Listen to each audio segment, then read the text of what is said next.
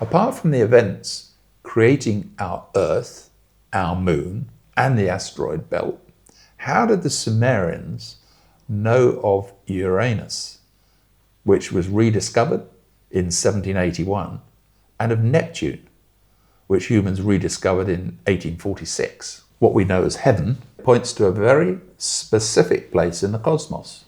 Good day, folks. Welcome to the 36th edition of the Quintology Files. Today, we're going to discuss how the term heaven evolved from the word Rakia. Today, we glibly assume God lives in heaven, and that's where all believers will enjoy their afterlife. When we think about its location, the location of heaven, most people are rather vague. It's somewhere up there in outer space. But the origin of the term is fascinating, but it points to a very specific place in the cosmos. Actually, somewhere almost on our doorstep. Let's start where most people start, with a biblical text. Let's look at Genesis 1, verses 6 to 8. And we'll look both in the King James Version and also in the more modern New American Standard Bible version. So, quoting the King James Version, it states, "And God said, Let there be a firmament in the midst of the waters, and let it divide the waters from the waters. And God made the firmament, and divided the waters which were under the firmament from the waters that were above the firmament. And it was so. And God called the firmament heaven. And the evening and the morning were the second day." Now let's turn to the New American Standard Bible.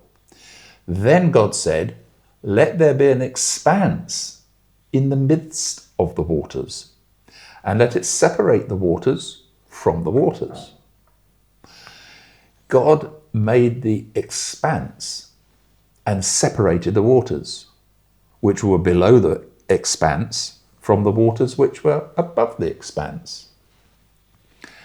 And it was so. God called the expanse heaven. And there was evening and there was morning, a second day. Now, if you read these verses literally, it seems there are a lot of water, and these became separated by something more solid, referred to as a firmament or an expanse. And this then became called heaven. Now, it's worth looking at the original Hebrew words used. The word firmament is a translation of Rakia. This is what was created and is also described as sha'amim, a word that in its first use in the Torah consists of the two words shem and maim, meaning literally where the waters were. This sounds consistent with what Genesis states in English. There's a lot of water, and it was separated in two, and a firmament was created where that water had been. And now we have waters above and below the firmament. So the Rakia, what we know as heaven, was created where the waters used to be. And as a result, the waters then exist above and below the Rakia. I hope that's painted a very clear picture for you now. Actually, Rakia was another term used in Jewish scripture that proved very troublesome to translate. Rakia is used in ancient Sumerian, Hebrew, and Aramaic, finding its way into Jewish scripture and into the Qu'ran. Biblical translators were puzzled, but from the context in which it was used, came up with a reasonable translation, heaven. But the most literal translation of Rakia is hammered bracelet, which sounds rather strange.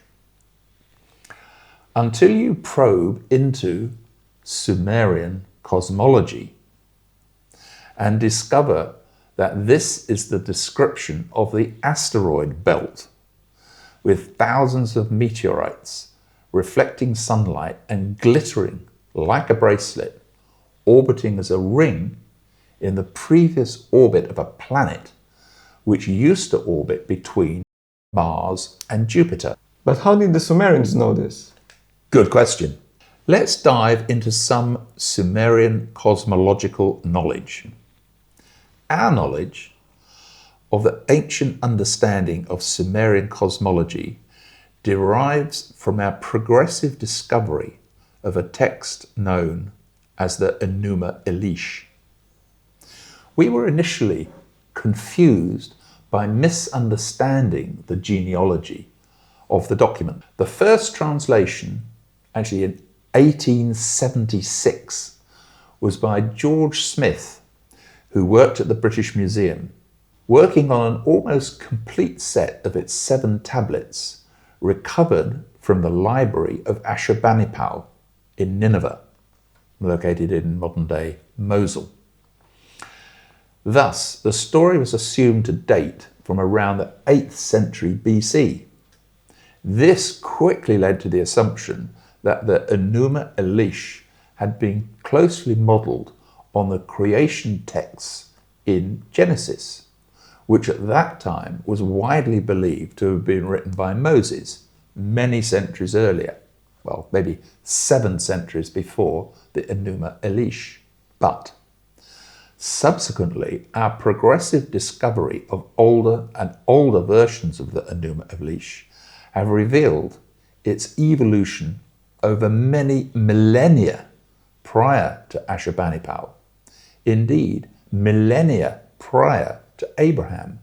These historical facts have still not filtered through to many Christian apologists, who still routinely state that when the Enuma Elish was written, the author drew heavily upon a pre-existing book of Genesis, quoting the discovery in Nineveh. As partial copies begun to be found from the ruins of several much older Sumerian cities, it began to be understood that the Sumerian tale of creation was the sacred foundational myth of Mesopotamia, dating back as far as the 4th millennia BC, that's 6,000 years ago. The 7 Tablets of Creation, a book by L.W. King, published in 1902, show that the recovered portions comprise 7 tablets. 6 of them relate to the creation process, and the 7th tablet is devoted entirely to exaltation of the Lord Most High, Enlil, also known as El Elyon. The prior existence of the 7 tablet structure points to the origin of the 7-day timetable for creation that we find in Genesis. Later Middle Eastern cultures simply edited the globally recognized creation story to glorify their particular national god. Looking at the Babylonian king lists, it appears that Ra re-established his base in Dingur around 1750 BC.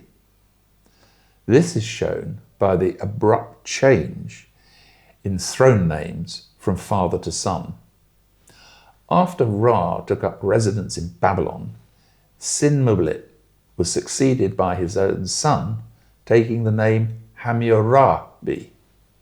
Ra changed the name of the city to Babylon and adopted the name Marduk.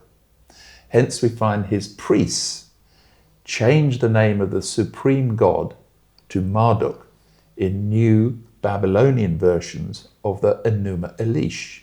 Note, at this time, around 1750 BC, this divine succession was also seen as the zodiacal procession from Taurus to Aries, as Sign, the son of Enlil, the bull of heaven, ceded power to Ra, whose sign was the ram. The use of the symbol of the ram may be an early example of clever branding. Ra knew of the imminent emergence of Aries as the constellation that would mark the dawn.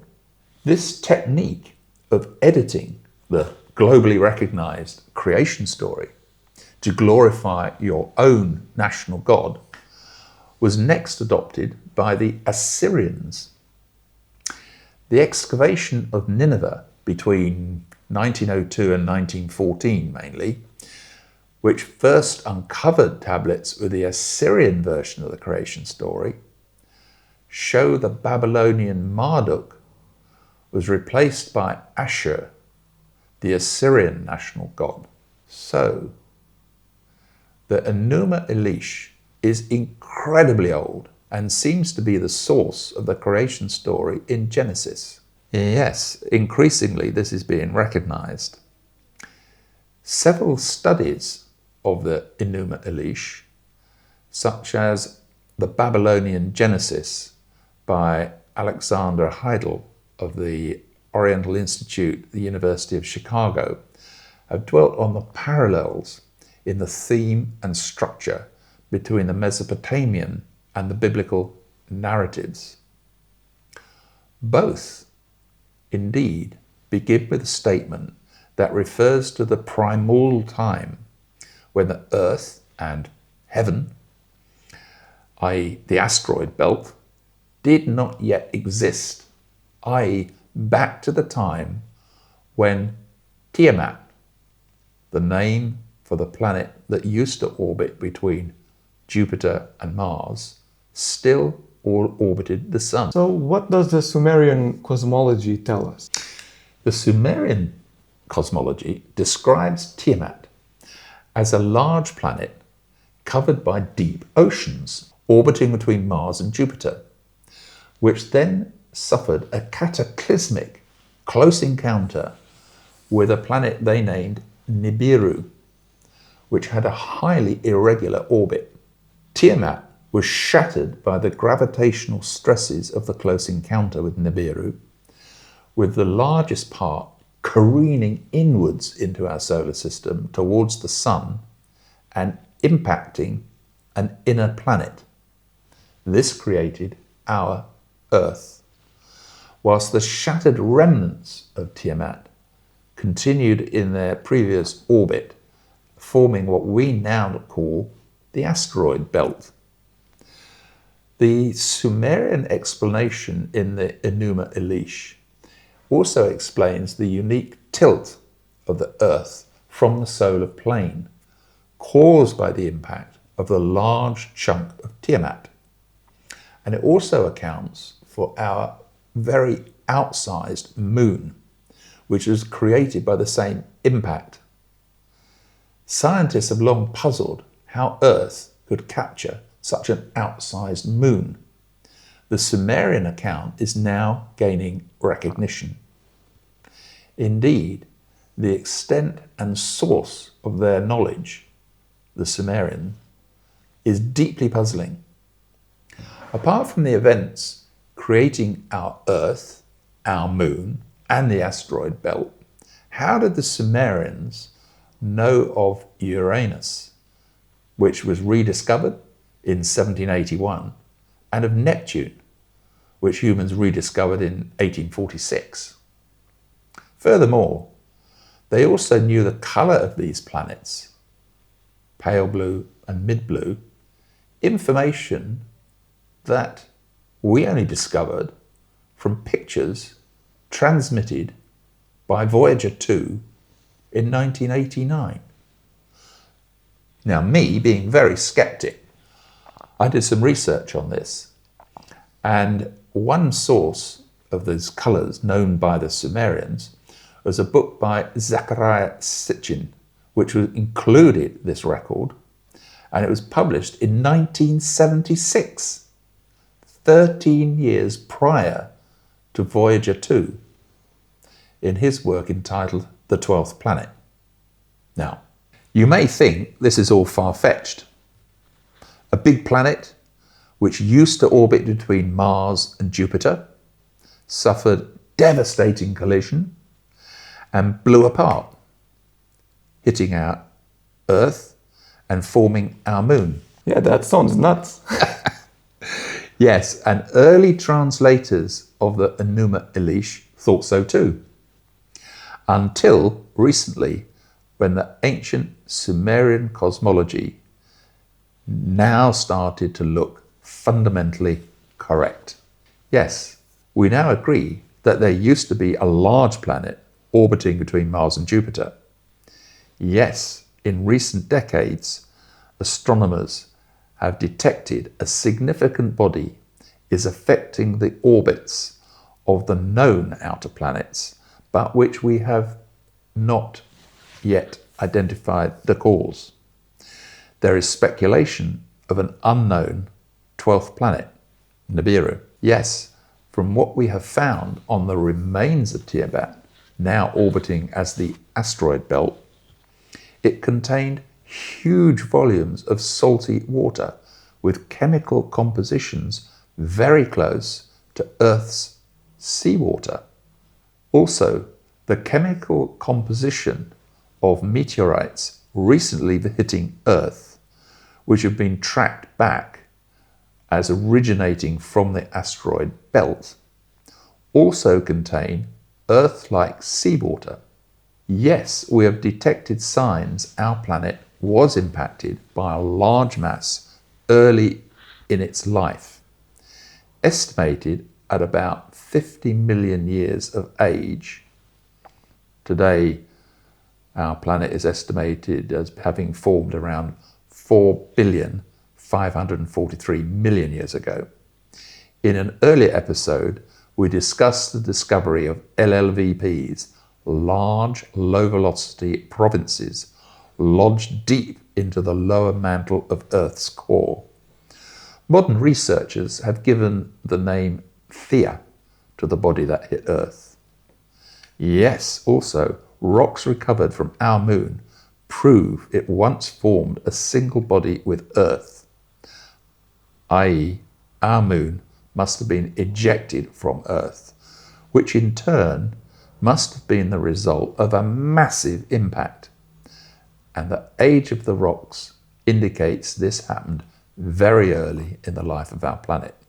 And finally, yes, the tilt in the Earth's rotation, around 23 degrees from the solar plane, most likely resulted from a massive impact. How would the Sumerians know about this? Well, our knowledge comes from interplanetary probes taking photographs of distant moons and retrieving rock samples from our own moon, from using seismic tomography to map shear waves as they travel through layers of Earth's deep mantle, and from using radiometric dating to measure the decay of radioactive isotopes such as uranium, lead, and potassium argon, in order to date different rock formations were deposited.